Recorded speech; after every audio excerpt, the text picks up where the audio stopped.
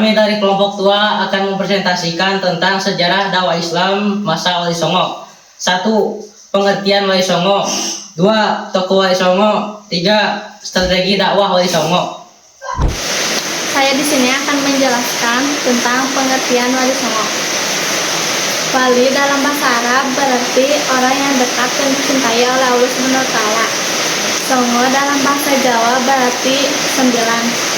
Wali Songo secara keseluruhan berarti 9 wali. Istilah ini merujuk pada 9 tokoh agama Islam yang sangat berpengaruh dalam penyebaran agama Islam di Pulau Jawa dan sekitarnya. Khususnya pada abad ke-15 mereka dikenal sebagai penyebar Islam yang memiliki metode dakwah yang unik dan efektif, serta memiliki pengaruh besar dalam membentuk budaya Islam di Nusantara. Berikut adalah 9 tokoh Wali Songo. 1. Sunan Gresik, 2. Sunan Ampel, 3. Sunan Bonang, 4. Sunan Derajat, 5. Sunan Giri, 6. Sunan Kalijaga, 7. Sunan Kudus, 8. Sunan Muria, 9. Sunan Gunung Jati. Sunan Gresik diperkirakan lahir di Uzbekistan, Asia Tengah. Dia adalah tokoh yang pertama kali menyebarkan Islam di tanah Jawa. Yang kedua, Sunan Ampel atau Raden Rahmat berasal dari Champa, Kamboja. Ia dikenal karena dakwahnya yang menggunakan pendekatan kekeluargaan dan empati.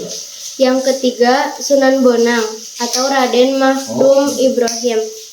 Putra Sunan Ampel, beliau dikenal dengan dakwah menggunakan seni pentas seperti wayang dan gamelan. 4. Sunan Derajat atau Raden Kasim, putra Sunan Ampel dan saudara Sunan Bonang, berdakwah di desa Derajat, Lamongan. 5. Sunan Giri atau Raden Paku, berdakwah di Giri, Gresik. 6. Sunan Kalijaga atau Raden Syahid, dikenal karena dakwah menggunakan kesenian seperti wayang kulit dan gamelan. 7. Sunan Kudus atau Ja'far Shodiq, berdakwah di Kudus. 8. Sunan Muria, Raden Umar Said, putra Sunan Kalijaga, meninggal di Bukit Muria, Kudus. 9.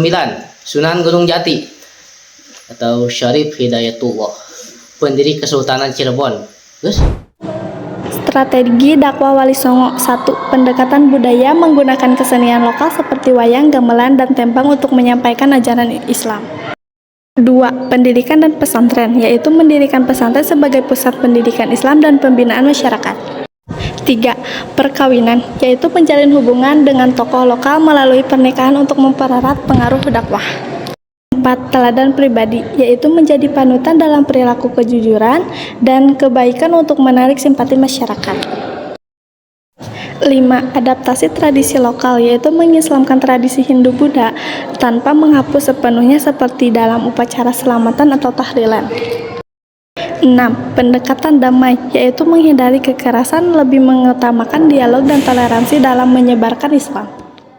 Sekian penjelasan dari kelompok kami. Jika haus maka minumlah, jika lapar maka makanlah, jika salah maka maafkanlah, jika benar maka amalkanlah. Makan keripik di tepi sawah, keripiknya jangan sampai jatuh. Wabillahi taufiq wal hidayah. Wassalamualaikum.